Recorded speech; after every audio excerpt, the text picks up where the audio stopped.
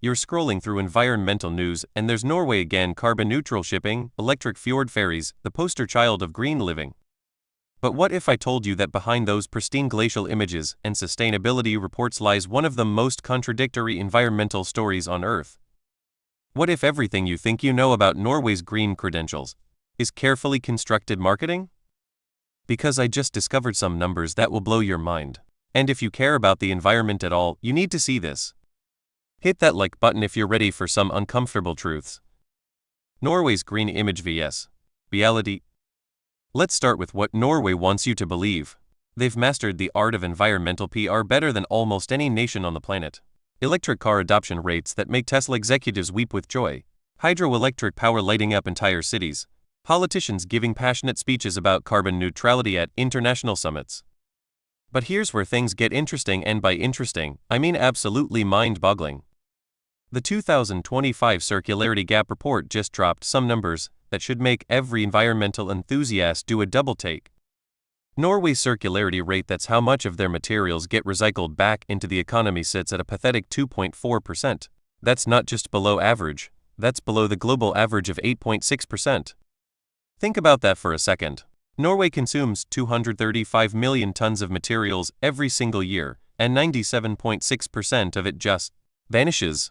Gone. Never to be seen again. Imagine if you threw away 97% of everything you bought. That's literally what Norway does as a country. But wait, it gets better. Norway has one of the highest per capita consumption rates in the world at 44.3 tons per person. For context, that's like every Norwegian consuming the equivalent of about 30 cars worth of materials annually. And the really kicker? This 2% circularity rate hasn't budged since 2020. 5 years of green speeches, 5 years of environmental summits, and absolutely zero improvement. Comment below if you knew this before watching. I bet 90% of you had no idea. Now you might be thinking, okay, but surely they're making up for it in other ways, right? Well, let's talk about their little oil problem. Just this January 2025, Norway awarded stakes in 53 offshore oil and gas exploration licenses to 20 companies, and announced plans for increased drilling in the Arctic region. The Arctic, the very symbol of climate change vulnerability, the place where polar bears have become environmental mascots. And Norway's response? Let's drill, baby, drill. In January 2024, 3 permits for new oil and gas fields were found invalid because their environmental impact wasn't sufficiently assessed. You'd think that might slow them down, make them reconsider.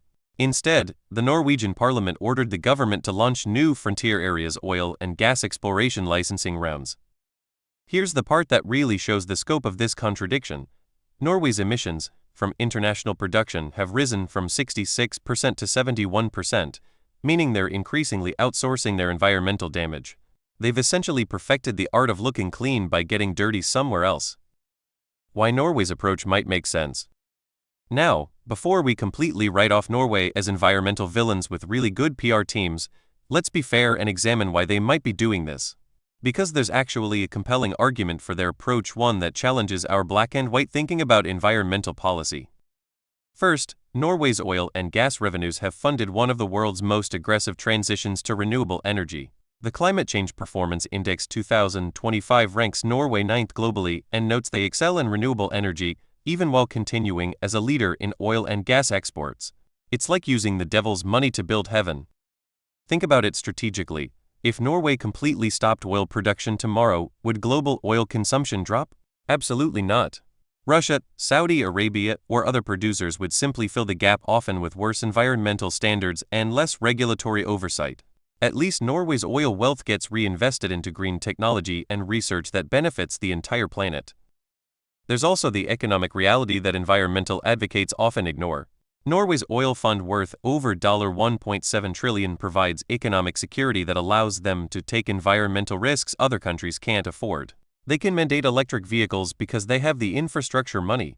They can experiment with carbon capture because they have the research funding. Some economists argue this is actually the most pragmatic path to global environmental improvement. Extract resources responsibly while you can, use those profits to develop the technologies that will make extraction unnecessary, and then transition when the alternatives become viable at scale. It's like the reformed smoker who becomes the most effective anti-smoking advocate. They understand both sides of the addiction. But here's what I want to know from you: is this genius strategy or elaborate self-justification? The complex reality. So where does this leave us? Are we looking at environmental hypocrisy or environmental pragmatism? The answer, like most things in life, is probably both. Norway represents what we might call the environmental transition paradox. They're simultaneously one of the cleanest and dirtiest countries on Earth, depending on how you measure. Their domestic consumption is remarkably green by some metrics: electric cars, renewable energy, sustainable urban planning. But their economic foundation and global material footprint tell a completely different story. What's fascinating is how this reflects a broader tension in global environmental policy. We've created a system where countries can look environmentally responsible by exporting their environmental impact. Norway ships oil to other countries to burn. China manufactures solar panels using coal power and ships them globally. Germany closes nuclear plants and imports energy from coal-burning neighbors. Norway's increasing reliance on outsourced emissions, now 71% of their total carbon footprint, represents this perfectly. They've mastered the art of environmental accounting in the same way corporations master tax accounting: technically legal, strategically brilliant, but ethically questionable. But here's what's really intriguing. Norway might actually be showing us the future of environmental policy, whether we like it or not.